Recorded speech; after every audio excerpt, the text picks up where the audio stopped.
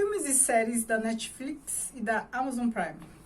Olá pessoal, tudo bem? Eu sou a Carmen e hoje vou comentar as últimas séries só. Eu falei filmes e séries Netflix e Amazon, mas na verdade eu só vi séries na Netflix nessas últimas semanas, né?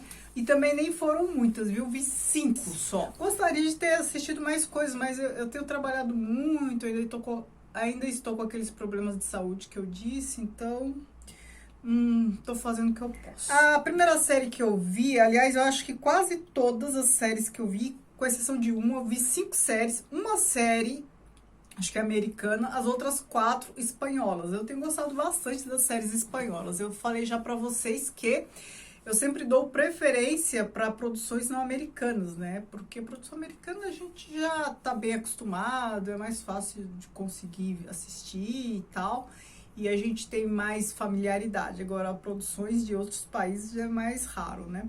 Então, por conta disso, a primeira série que eu assisti foi Alto Mar. É uma série com 3 temporadas e por volta de 16 episódios. Essa série tem este nome, não é por acaso. Tudo acontece a bordo de um navio que está vindo para o Brasil. A gente está falando da Espanha, meados do século XX. E as personagens principais são 2 irmãs, né? Tem vários outros com suas histórias que acabam se entrelaçando com as histórias dessas irmãs e tal. Mas nessas 3 temporadas as coisas vão acontecendo, crimes, investigações e tudo mais, que me pareceu assim meio história do Scooby-Doo, sabe? Então assim, essas 2 irmãs, elas acabam investigando não só elas, mas outras pessoas que se associam a elas, outros envolvimentos que elas vão tendo, e aí vão investigando os crimes que vão surgindo, os mistérios. Então é bem dinâmica, né? Acontece muita coisa, é bem dinâmico o tempo todo, tem um ritmo bom, mas eu não fiquei tão fã, assim, eu pensei que eu fosse gostar mais. Eu achei o enredo assim muito pouco verossímil, parecendo mais história de Scooby-Doo mesmo, sabe? Aquelas tramóias, aquelas coisas, e aí deixou a desejar. Algumas coisas são previsíveis e tal, e aí eu não gostei tanto quanto eu gostaria, mas não é ruim, ela tem bom ritmo. Agora, a única série que não é espanhola que eu vi foi Godless. Uma temporada, 8 episódios. Então é uma minissérie, né? Ela já se encerrou, ela não vai ter mais temporada. É a história de uma cidade que a maior parte dos homens morreu num acidente lá na mina e tal. Então é uma cidade praticamente de mulheres. A gente tá falando de um oeste aqui, americano. Não dá para precisar muito bem a década, mas não é algo tão contemporâneo. E a gente tem como personagem principal uma mulher que ela é tida como misteriosa, meio bruxa. Não necessariamente bruxa, mas as pessoas têm medo dela. Ela foi casada e ela é jovem, é viúva pela segunda vez. Ela se casou na segunda vez com um nativo, né? Então ela tem um filho indígena. É aquelas histórias todas de faroeste americano. Histórias de faroeste e tal, tendo como essa questão central esta mulher e todo o contexto da cidade, sem homem praticamente, com poucos homens, né? É uma história interessante, né? Ela é interessante porque ela é curta. Se ela fosse esticada, ela não seria tão boa. Ela tem 8 episódios e não precisaria ter mais. Na verdade, ela poderia ser até um pouco mais curta, mas assim, 8 episódios ficou de bom tamanho, não ficou esticada demais. É uma série ok, assim, nada demais, nada demais. Agora, as outras séries, né, são espanholas. Eu assisti Valéria, 2 temporadas, 16 episódios, né, como já falei, espanhola.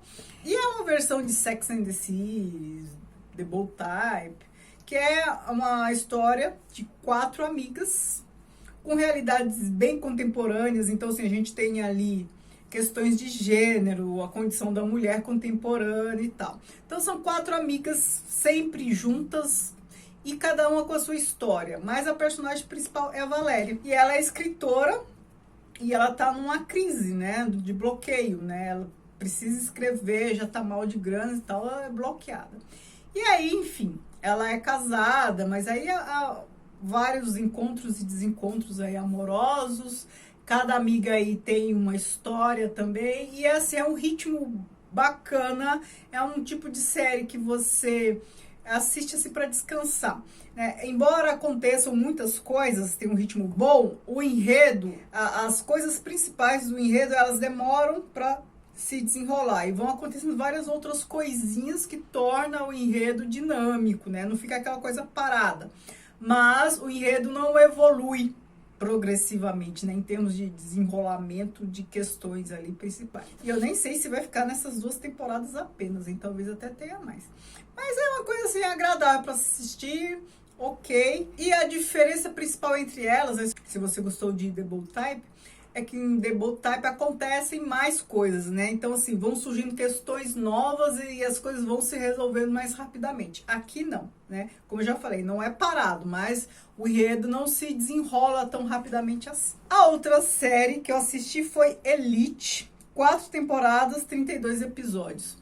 É uma série, assim, de teenagers, né? De colegial, lembra Malhação, só que não é tão inofensivo assim quanto Malhação, né? Acontece crime, acontece sexo, mas eu gostei bastante da série, eu gostei principalmente das 3 primeiras temporadas, a quarta, eu não sei se eu já estava cansada, né, já tinha assistido 3, e aí eu achei que a quarta ficou assim, um tom a menos. Mas é uma série legal, principalmente porque ela tem uma edição muito boa. Aliás, eu tenho prestado atenção em edições de séries e tem umas que são muito boas. E a gente acaba percebendo ali uma espécie de fórmula em cada temporada. Então, assim, começa nos primeiros episódios, a gente sabe que aconteceu um crime, um desaparecimento, alguma coisa ali, só que a gente não sabe ainda quem sumiu ou quem morreu. E aí, sei lá, logo depois, no segundo episódio, mais ou menos, a gente descobre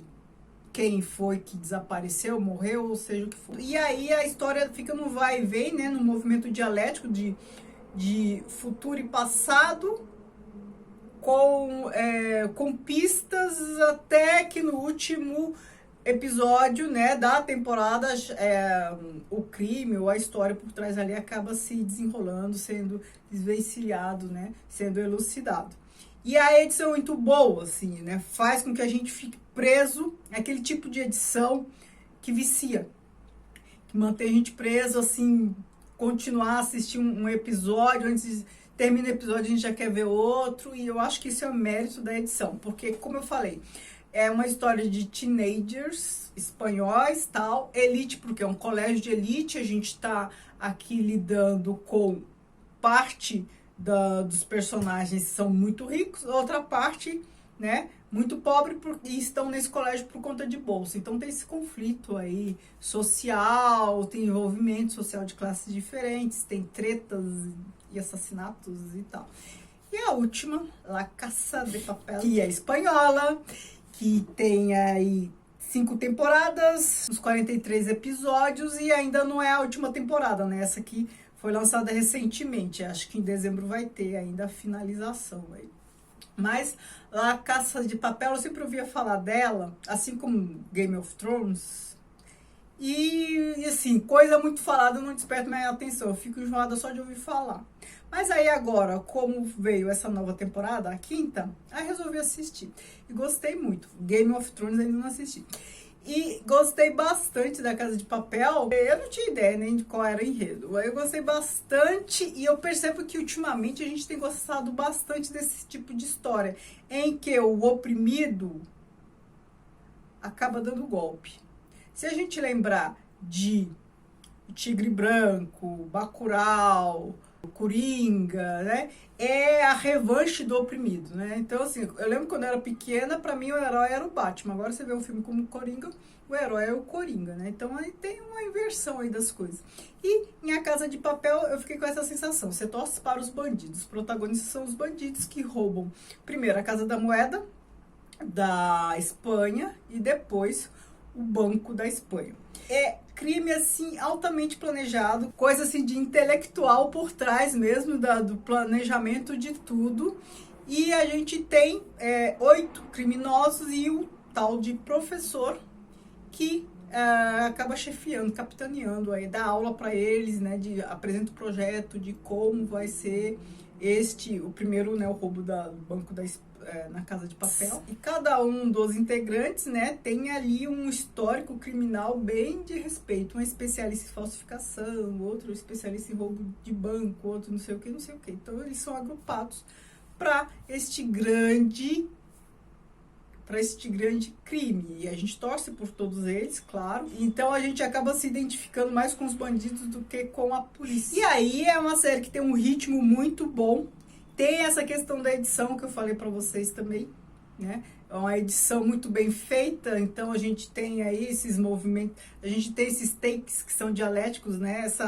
Essas duas linhas temporais, do presente e do futuro, né, vão se mesclando, e isso faz com que a gente fique mais interessado ainda em saber o que aconteceu. Isso para provar que spoiler, gente, nem sempre é problema. Eu tenho dito isso muitas vezes. Então, essas edições dessas séries que eu tenho falado, Elite, até mesmo Valéria tem um pouco, mas Elite e A Casa de Papel, em literatura, quando acontece algo parecido, a gente chama de mídia res. É quando algo que aconteceu no meio aparece primeiro e a gente fica sem entender, e depois a gente acaba conhecendo os fatos desde o começo até o meio e depois do meio até o fim. Então tem essa inversão.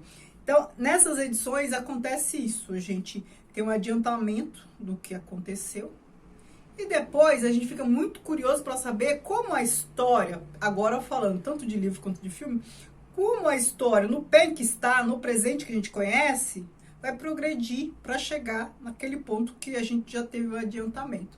Eu acho isso fascinante, isso me prende loucamente, né? Adoro livros assim, adoro filmes e séries assim, com esse adianto, porque eu sou uma pessoa que não gosta de surpresa. Então, para mim, spoiler, pouquíssimas obras, pouquíssimos filmes perdem o valor para mim, caso eu conheça um pouco do que aconteceu lá no futuro. Para mim não tem problema. Então me indiquem coisas, já que vocês agora sabem de como eu gosto de edição, me deem sugestões de séries, filmes com edições assim, que eu acho bem bacana, eu vou adorar saber.